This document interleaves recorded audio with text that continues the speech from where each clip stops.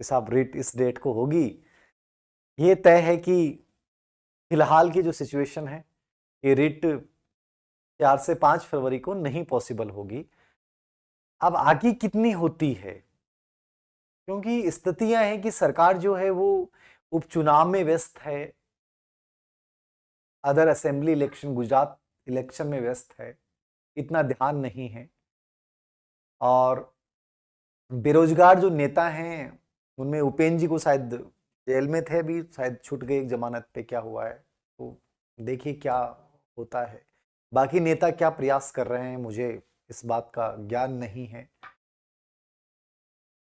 जहां तक ये है कि विज्ञापन इस वीक में आ जाना चाहिए था, बट अभी तो सरकार की तरफ से अनुमोदन ही नहीं गया है, तो अनुमोदन का नहीं जाना, फिर अभ्यर्थना अधीनस्थ सेवा चयन बोर्ड के पास जाना, उसके बाद लगभग 30 दिन आपको फॉर्म भरने का एक समय मिलना, एक बहुत मुश्किल सी प्रोसेसिंग लग रही है इन लोगों की। और सरकार लेवल पे ये बातें हैं, चल रही हैं वहां पे कि फरवरी में एग्जाम करवाना पॉसिबल नहीं होगा। तो अब देखिए, ये आप इस चीज को ये मत मानिए कि आधिकारिक न्यूज है, ये संभावनाएं हैं 99% तक कि फरवरी में एग्जाम होने की पॉसिबिलिटीज नहीं है।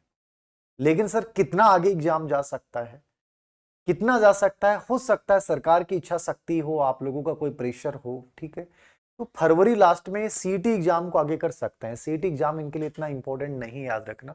तो जो अधीनस्थ सेवा चयन बोर्ड ने डेट डाल रखी है वो उसको फरवरी लास्ट में आपका ये एग्जाम करवा सकते हैं चाहें तो। और फिर उसके बाद जाने की संभावनाएं बन जाती हैं कि सर मार्च में करवाने को, मार्च में करवा सकते हैं, बट मार्च में चूंकि बोर्ड एग्जाम होती है इसलिए संभावनाएं बहुत गौण हो जाती हैं। अप्रैल में संभावनाएं बनती हैं। कई लोग कहते हैं सर कॉलेज की एग्जाम होंगी तो क्या अप्रैल में हो पाएगा?